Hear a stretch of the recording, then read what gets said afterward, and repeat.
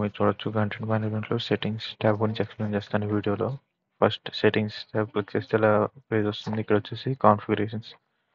ఈ ట్యాబ్స్ అన్ని డాష్బోర్డ్లో ఉంటాయి. ఇక్కడ డేస్ సెలెక్ట్ చేసుకుంటే ఆ డేస్ సేవ్ క్లిక్ చేశాక ఈ డేస్కి వీళ్ళకి రిమైండర్ వెళ్తుంది ఎంప్లాయీస్కి. నెక్స్ట్ రోల్స్లో వచ్చేసి ఏదైనా రోల్కి ఎడిట్లో పర్మిషన్స్ అనేవి ఎనేబుల్ లేదా డిసేబుల్ చేయొచ్చు. నెక్స్ట్ ఏదైనా కొత్త రోల్ యాడ్ చేయాలనుకున్నా యాడ్ చేయొచ్చు ఇక్కడ.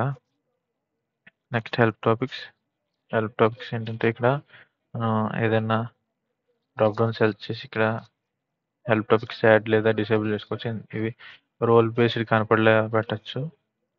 ఇవి వచ్చేసి ఇక్కడ మీరు చూడొచ్చు.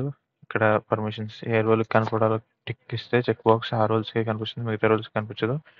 అండ్ ఇది వచ్చేసి హెల్ప్లో కనిపిస్తుంది based on drop down selection.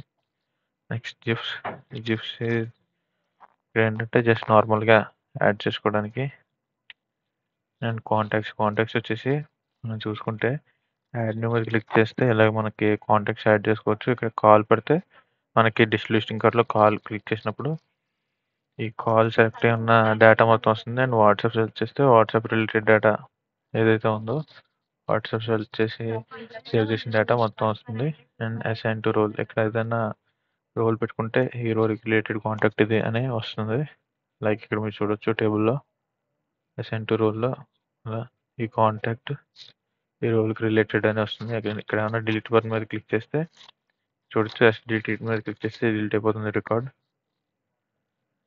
And next catalogue మనం చూసుకుంటే ఏదైనా కేటగిరీ యాడ్ చేసి అందులో సబ్ యాడ్ చేసి నెక్స్ట్ సర్వీసెస్ యాడ్ చేస్తే మనకి యూజర్ సైడ్ ఇక్కడ మీరు చూడొచ్చు. సర్వీసెస్ మీద క్లిక్ చేస్తే ఎలా ఓపెన్ అవుతుంది. ఇక్కడ వచ్చేసి నేను అక్కడ ఎంటర్ చేసిన టెక్స్ట్ ఎంటర్ చేస్తాను.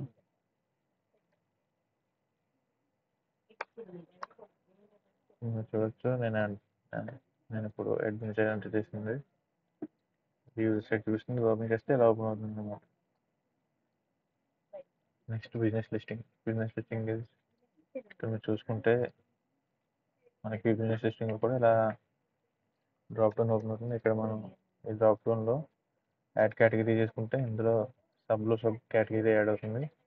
అండ్ ఇది సబ్ కేటగిరీ.